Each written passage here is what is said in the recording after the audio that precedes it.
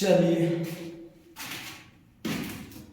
तो आज हम लोग मॉडर्न का न्यूक्लियस चैप्टर पढ़ रहे हैं और न्यूक्लियस में एक टॉपिक है रेडियो सक्रियता।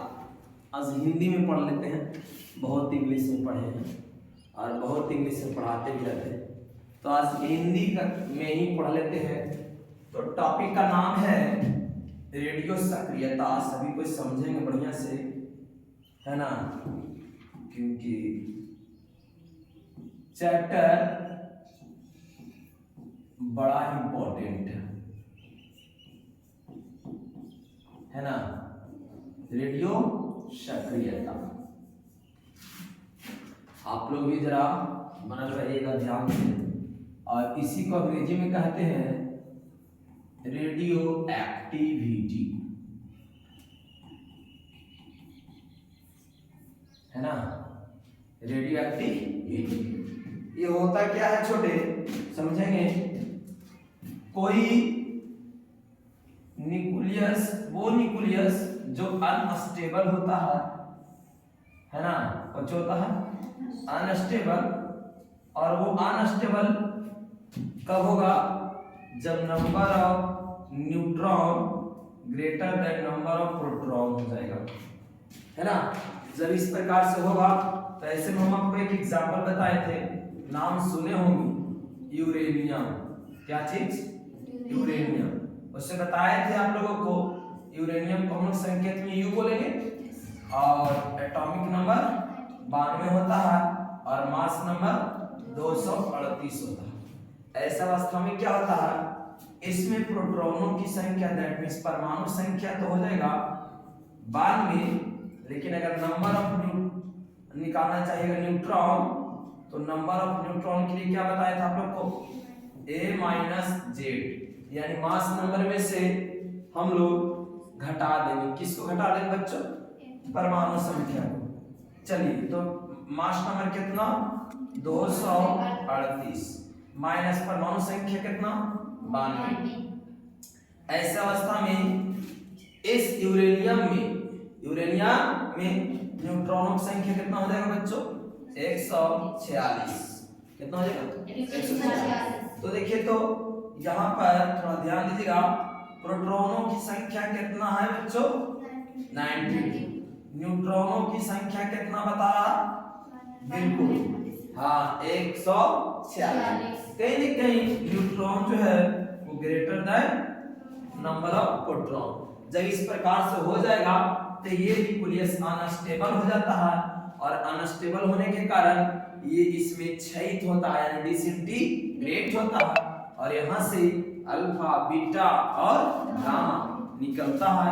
तो ये देखिए, सबसे पहले ये यूरेनियम से इस प्रकार की घटना होगा, परिघटना होगा, इसलिए यूरेनियम को हम लोग रेडियो सक्रिय तत्व कहेंगे। क्या कहेंगे बच्चों? रेडियो सक्रिय तत्व कहा जाता है। क्लियर? क्या बोलेंगे? रेडियो सक्रिय तत्व बोलेंगे। और ये खाली यूरेनियम नहीं होता है, थोरियम भी होता है और रेडियम भी होता है। उन सभी में सबसे ज्यादा मोस्ट पावरफुल, यानी अधिक शक्तिशाली जो होता है, जो रेडियो सक्रियता की परिघटना को अंजाम देता है, वो है आपका रेडियम। कौन है?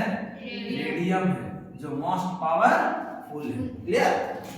और इससे जो किरण निकलता है, जैसे यहाँ पर हम लोग देखेंगे, एक ओर लगा देते हैं हम लोग पॉजिटिव प्लेट, समझिएगा बढ़िया से,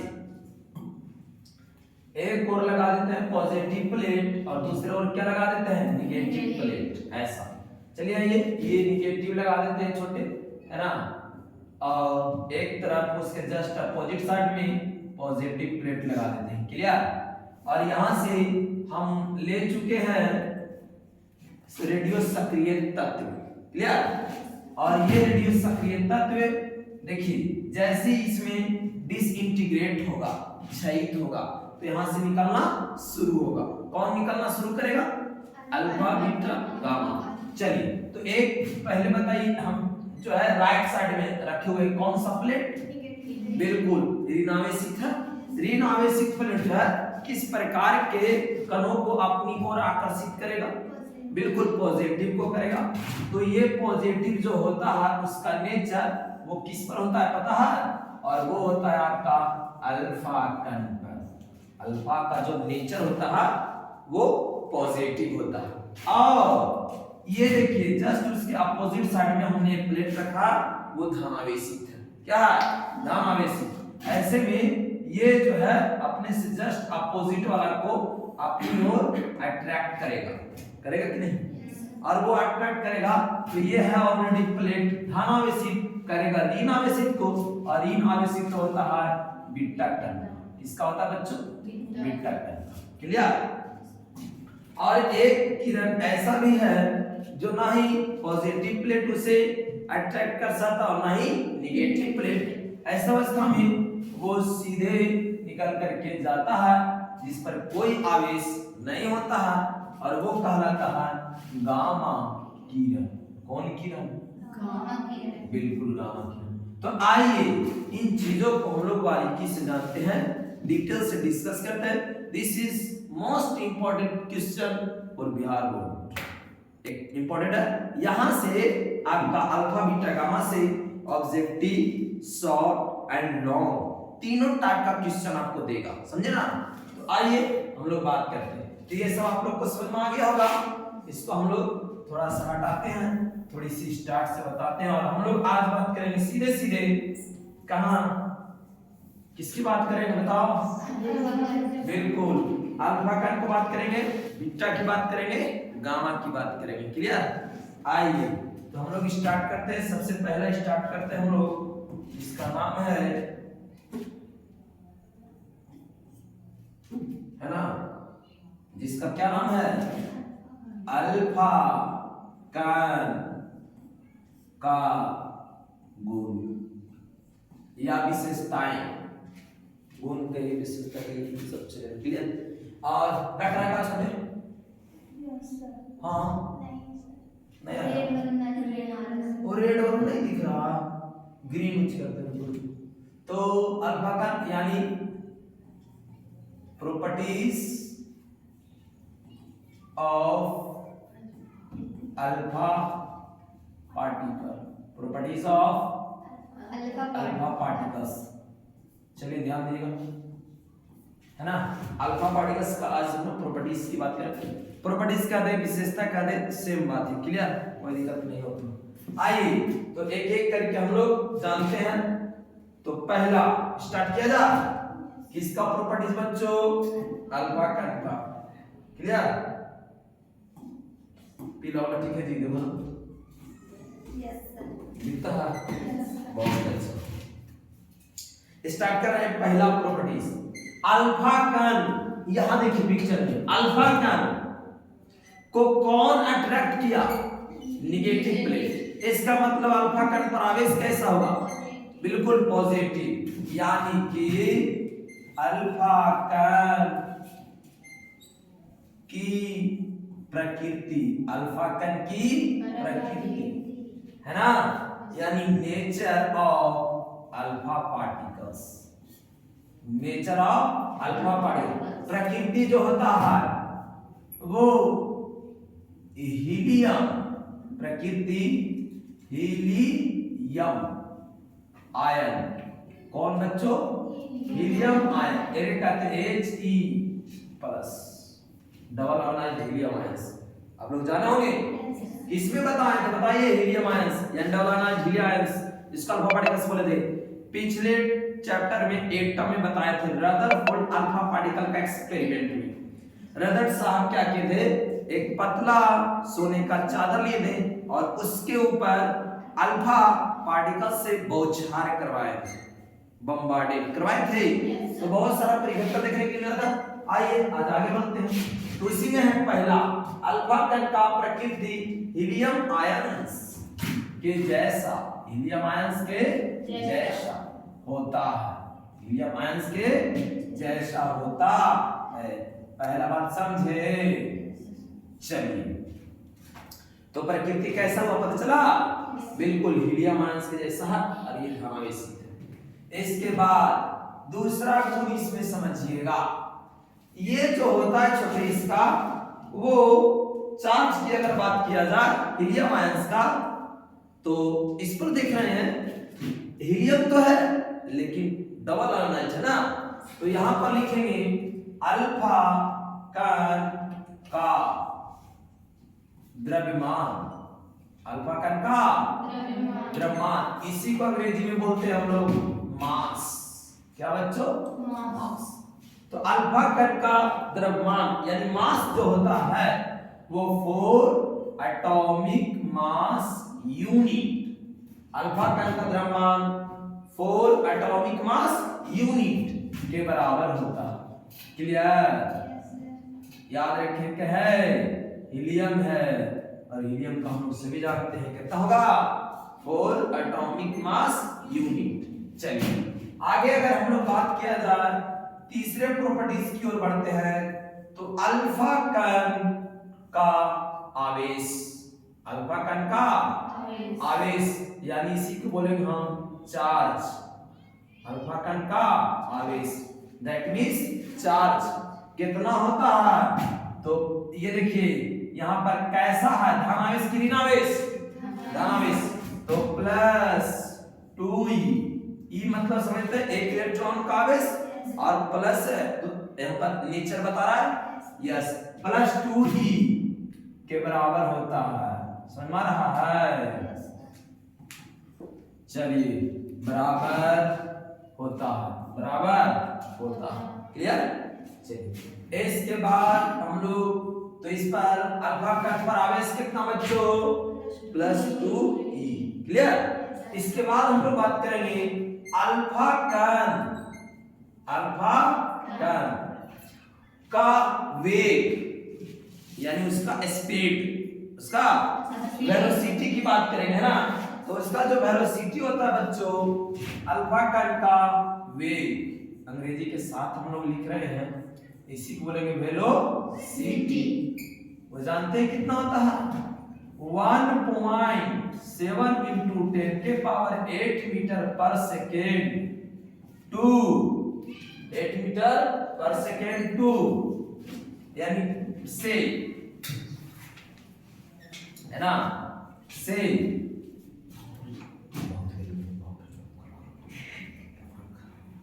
चलिए आगे बोलिए से 2.2 into 10 के पावर 8 मीटर पर सेकेंड होता है, होता है ना जी?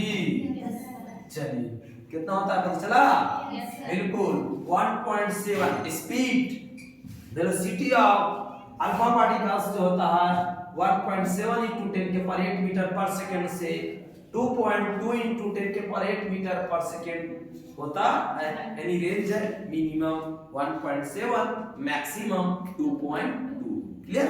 चलिए इसके बाद हम लोग पांचवें प्रॉपर्टीज की ओर बढ़ते हैं, और पांचवा प्रॉपर्टीज इंपॉर्टेंट है, इसको भी समझिएगा। इसका जो काइनेटिक एनर्जी होता है अल्फा कण का गतिज ऊर्जा, कौन ऊर्जा बच्चों?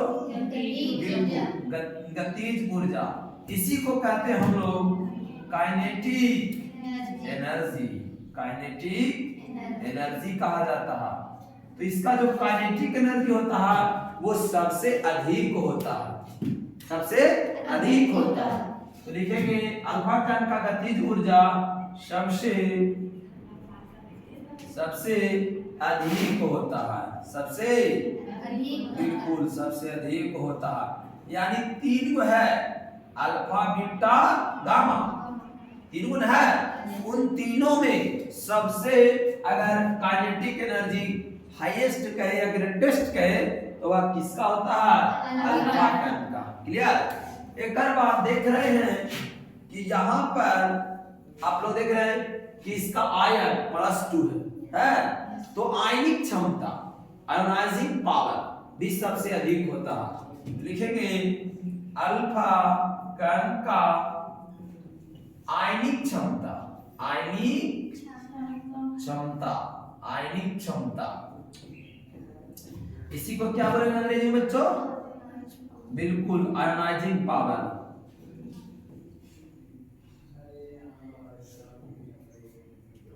आयोनाइजिंग कैसे लिखा था? Ionising power. Clear? Ionising power. चलिए ध्यान दीजिएगा, हम हिंदी वाले हैं जनाब, हमें इंग्लिश काम आती है। क्लियर? चलिए तो बहुत अच्छा। अल्फा कण का आयनिक क्षमता है ना, आयोनाइजिंग पावर सबसे अधिक होता है, सबसे अधिक, बिल्कुल सबसे अधिक होता है। दैट मींस ग्रेटेस्ट होता है, जितना तीनों है अल्फा बीटा गामा, और हम सबसे ज्यादा आयन रखने का काम कौन करेगा? अल्फा। और एक अगला प्रॉपर्टीज है अल्फा का कि अल्फा कण का जो भेदन क्षमता होता है, वो क्षमता भेदन क्षमता मतलब पेनिट्रेटिंग पावर। पेनिट्रेटिंग पावर का मतलब क्या होता है कि जैसे ये अगर बुक है छोटे, तो यहां से अगर लाइट देंगे तो अल्फा को देंगे, तो अल्फा जो है ये इसको क्रॉस नहीं कर सकता है ना, यानी इधरे रह जाएगा, यानी कि रिफ्लेक्ट कर जाएगा, यानी इसको क्रॉस नहीं कर सकता। तो इसी को कहते हैं भेदन। भेदन मतलब किसी चीजों को आर पार कर देना, है ना, एक से दूसरे पार्ट की चल जाना। चलिए तो ये है अल्फा कण का भेदन क्षमता। भेदन क्षमता इसको क्या बोले? Penetrating power. कौन पावर? बिल्कुल पेनिट्रेटिंग पावर, सबसे बिल्कुल सबसे अधिक नहीं, बिल्कुल बिल्कुल कम होता है, लिस्ट होता है, ग्रेटेस्ट नहीं होता बल्कि लिस्ट होता है। क्लियर? चलिए और एक और हम लोग बात कर लेते हैं, 8वां प्रॉपर्टीज की ओर बढ़ गए हैं ना। अल्फा कण तो अगर आप इलेक्ट्रिक फील्ड से या मैग्नेटिक फील्ड से यानी विद्युत क्षेत्र से या चुंबकीय क्षेत्र से जब क्रॉस कराइएगा तो वो क्या करेगा? उसको इलेक्ट्रिक फील्ड या मैग्नेटिक फील्ड अपनी ओर अट्रैक्ट कर लेगा। देखिए कर लिया कि नहीं? ऐसे अवस्था में इसमें विचलन होता है, ये जो है इधर ही रह जाएगा, सीधे नहीं जाएगा। तो यहां पर लिखेंगे अल्फा कण, अल्फा कण विद्युत क्षेत्र, विद्युत क्षेत्र एवं चुंबकीय क्षेत्र, चुंबकीय क्षेत्र में क्या करता है बताइए? चुंबकीय क्षेत्र में विचलन, है ना, यानी कि डेविएशन होता है, मतलब वो मुड़ने का काम करेगा। तो इस प्रकार से हम आप लोगों को, इस प्रकार से आप लोगों को 8 गुण बताएं। ये अभी तो हम लोगों को शुरुआत है, अभी 8 गुण जो है केवल अल्फा के बारे में है, अभी 8 गुण बीटा को बताएंगे, 8 गुण गामा को बताएंगे, इसलिए ये इंपॉर्टेंट है। अच्छा कैसे कहां पूछेगा से बताते हैं। अगर सबसे पहले लॉन्ग की बात करेंगे तो लॉन्ग कैसे पूछेगा? कहेगा ना रेडियो सक्रियता से आप क्या समझते हैं? इनसे उत्सर्जित होने वाली किरणें अल्फा बीटा गामा की विशेषताओं को उल्लेख करें, बताइए। समझ में आ रहा है ना?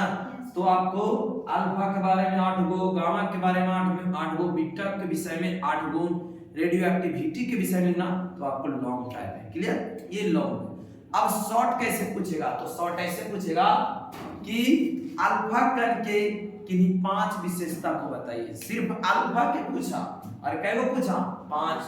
तो ये 5 खाली अल्फा के लिख देना, ये शॉर्ट क्वेश्चन है। ऑब्जेक्टिव में कैसे पूछेगा? कहेगा निम्नांकित में किसका आयोनाइजिंग पावर सबसे अधिक होता है ना? ऑप्शन में देगा अल्फा बीटा गामा, इनमें से सभी, तो क्या होगा? अल्फा। तो देख रहे हैं कैसे कैसे देगा? सही, बिल्कुल।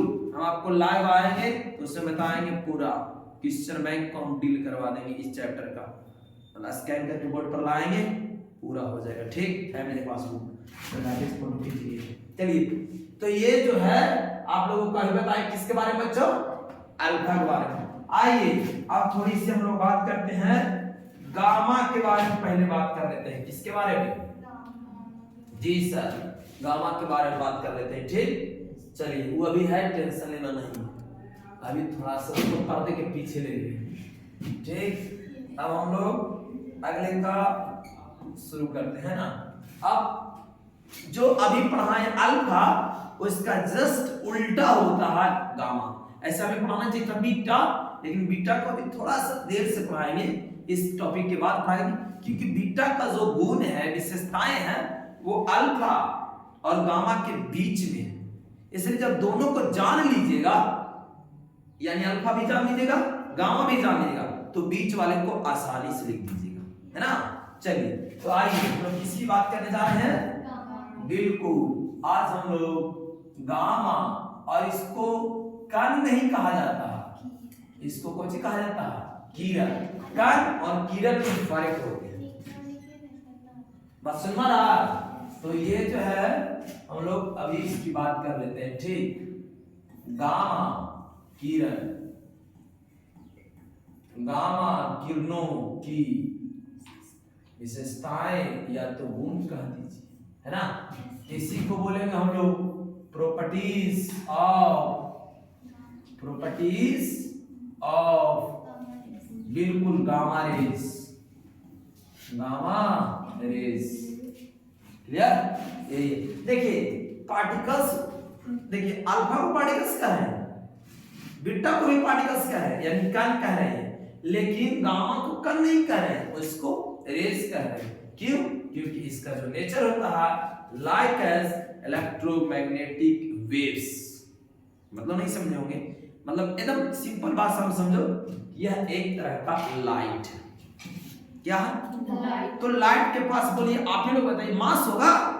नहीं होगा। चार्ज होगा? नहीं होगा। तो इसको हम लोग कण नहीं कर सकते, कण तरह कहेंगे जिसका मास होगा, क्लियर। चलिए तो आइए गामा किरणों की गुण बात करते हैं, properties of gamma rays. Properties of पहला, अब हम लोग एक एक करके जो है आज इसको मल्टी कलर से लिखते हैं।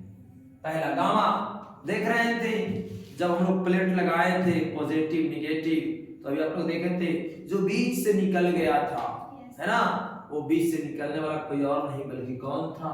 गामा। तो गामा का जो नेचर है वो लाइक एज इलेक्ट्रोमैग्नेटिक वेव्स, यानी विद्युत चुंबकीय तरंग, क्लियर। तो पहला गामा किरण की प्रकृति, गामा किरण की प्रकृति कैसा? प्रकृति बिल्कुल विद्युत चुंबकीय तरंग, विद्युत चुंबकीय तरंग, इसी को कहेंगे इलेक्ट्रोमैग्नेटिक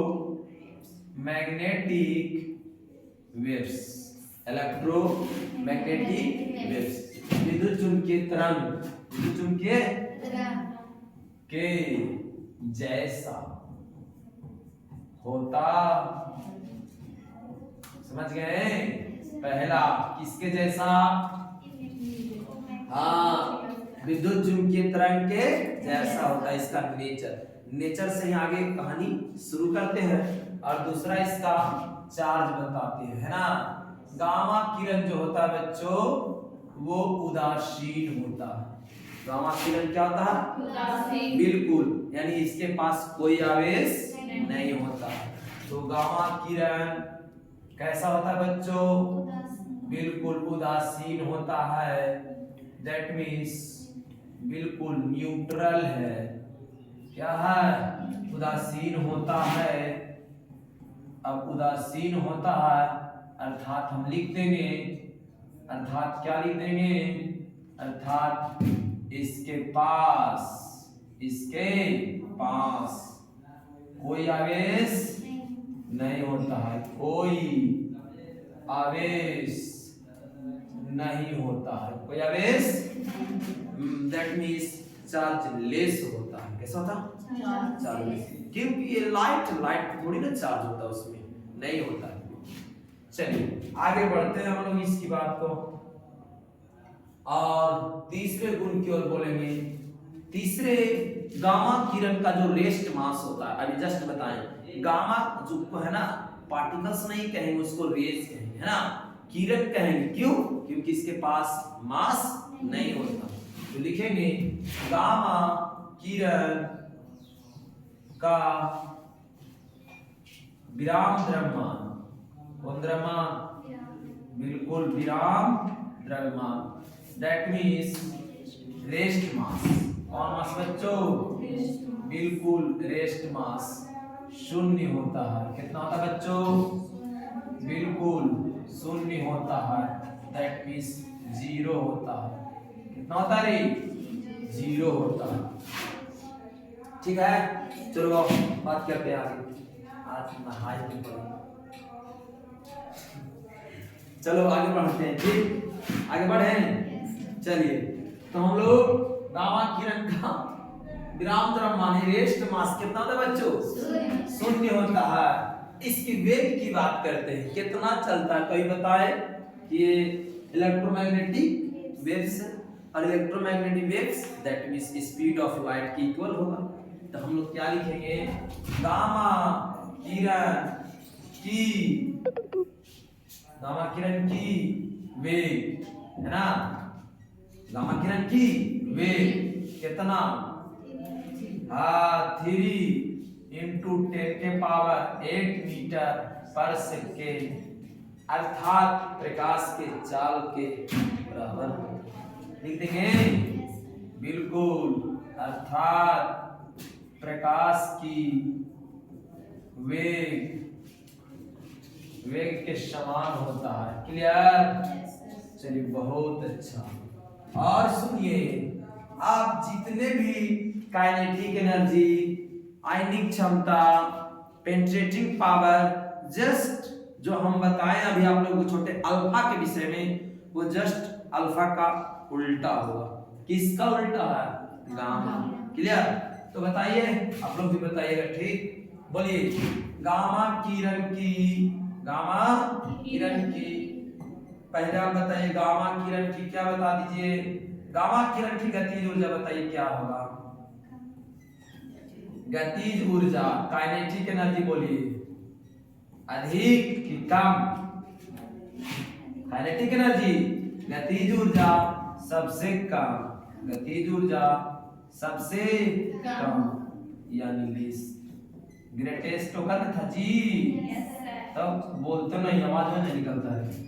अभी तो नहीं, सबसे कम होता है। क्लियर, चलिए अच्छा, देखे थे कि अल्फा के पास जो था हीलियम आयंस था, लेकिन इसके पास कौन है, तो विद्युत चुंबकीय तरंग आयन है। यहाँ आवेश है नहीं है, तो यहाँ पर आयन होगा नहीं होगा। तो गामा किरण, गामा किरण की आयनिक क्षमता, आयनिक क्षमता ना, आयनिक क्षमता एरे कहते हैं, कुछ ही बताओ, छोड़ो इंग्लिश लिखा हुआ, अनाजिक पावर सबसे कम होता, सबसे कम होता है, बिल्कुल सबसे कम होता है, लिख लीजिएगा, बहुत अच्छा। और सुनिए, अभी तो काम हो ही गए लोग, अब आगे बात कर लेते हैं हम लोग, है ना। चलिए आगे बात कर ले। तो 7वां गुण में गामा किरण, गामा किरण की भेदन क्षमता, गामा किरण की भेदन क्षमता, हाँ भेदन क्षमता, आयोनाइजिंग पावर नहीं बल्कि पेनिट्रेटिंग पावर, ये सबसे खतरनाक है ना। खतरनाक क्यों है, क्योंकि गामा किरण जो है मोटी से मोटी दीवारों को भी आसानी से क्रॉस कर जाता है, समझे ना। वो जो था आपका अल्फा देखे थे, नहीं लौट जाता, क्यों, क्योंकि वो उसका मैग्नेटिक फील्ड इलेक्ट्रिक फील्ड में रखेगा, अट्रैक्ट कर लगा, इधर ही डेविएशन हो जाएगा, लेकिन इसका कोई डेविएशन करने वाला है नहीं है। तो ये मोटी से मोटी दीवारों को भी आसानी से क्रॉस कर जाएगा। कौन क्रॉस करेगा, गामा। क्लियर, तो गामा किरण की भेदन क्षमता सबसे अधिक होती है, सबसे अधिक, that means greatest, greatest. Clear, हाँ, आज बायोलॉजी हम आप लोग को नहीं दी, आज हम भी पढ़ाएंगे। चलो बाद में पढ़ लेंगे, इधर इधर फिर क्लास में टाइम नहीं मिलता। चलो तो गामा किरण की भेदन क्षमता सबसे अधिक होता है। क्लियर? चलिए आगे कहता है क्या, अब लास्ट में देख रहे थे कि जब इसका कोई आवेश ही नहीं है, देखिए तो इसके पास कोई आवेश है नहीं है, तो इसको इलेक्ट्रिक फील्ड में या मैग्नेटिक फील्ड में ले जाएगा तो इसको कोई बात बाका नहीं करेगा। क्यों? क्योंकि ना इसको कोई अट्रैक्ट कर सकता है नहीं रिपेल, तो ये मुड़ेगा नहीं, मुड़ेगा तो विचलन होगा इसका नहीं, विचलन होगा। तो चलिए बताओ गामा किरण, गामा किरण विद्युत क्षेत्र एवं चुंबकीय क्षेत्र में विचलित नहीं होता, विचलित बिल्कुल नहीं मुड़ेगा, सीधे निकलेगा। क्लियर? तो इस प्रकार से 8 गो प्रॉपर्टीज हम आपको गामा को भी बताएं। ठीक, तो आइए दोनों को एक साथ हम लोग एक बार जरा देख लेते हैं। क्लियर? जी सर, आइए थोड़ी सी दोनों को एक बार देखते हैं। ठीक, समझिएगा आप लोग भी, दोनों को एक साथ ले आए हैं, थोड़ा ना दिखेगा तो अपन मोबाइल को जूम करके देख लीजिएगा बच्चों, है ना। तो हम यहां से आपको बता रहे हैं, समझिएगा।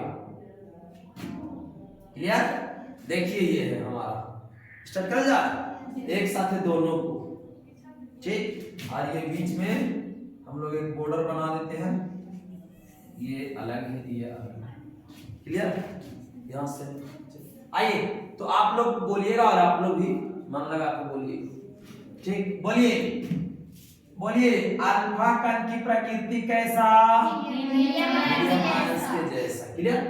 अल्फा कण का द्रव्यमान बच्चों 4 atomic mass unit, 4 AMU। Clear? बताओ अल्फा कण पर आवेश कितना? +2, और अल्फा कण का वेग कितना से कितना होता है? बिल्कुल। और अल्फा कण की गतिज ऊर्जा बच्चों सबसे अधिक, और अल्फा कण की आयनिक क्षमता सबसे अधिक, जबकि अल्फा कण का भेदन क्षमता सबसे कम, और अल्फा कण विद्युत या चुंबकीय क्षेत्र में विचलित महानिवेशक नहीं होता। क्लियर? चलो अब यहाँ बात करते हैं, जस्ट इसका उल्टा यहाँ पर है, रखो एक हाथ को अपना चला है, साइंस हिंदी ना। आइए बात करते हैं गामा किरण की गुण, प्रॉपर्टीज ऑफ गामा रेस। कहता है गामा किरण जो है वो इसका प्रकृति कैसा बच्चों? विद्युत चुंबकीय तरंग के जैसा, और गामा किरण क्या होता है? उदासीन होता, अर्थात इसके पास कोई आवेश नहीं होता, और गामा किरण का रेस्ट मास कितना? 0 होता, और गामा किरण का वेग कितना?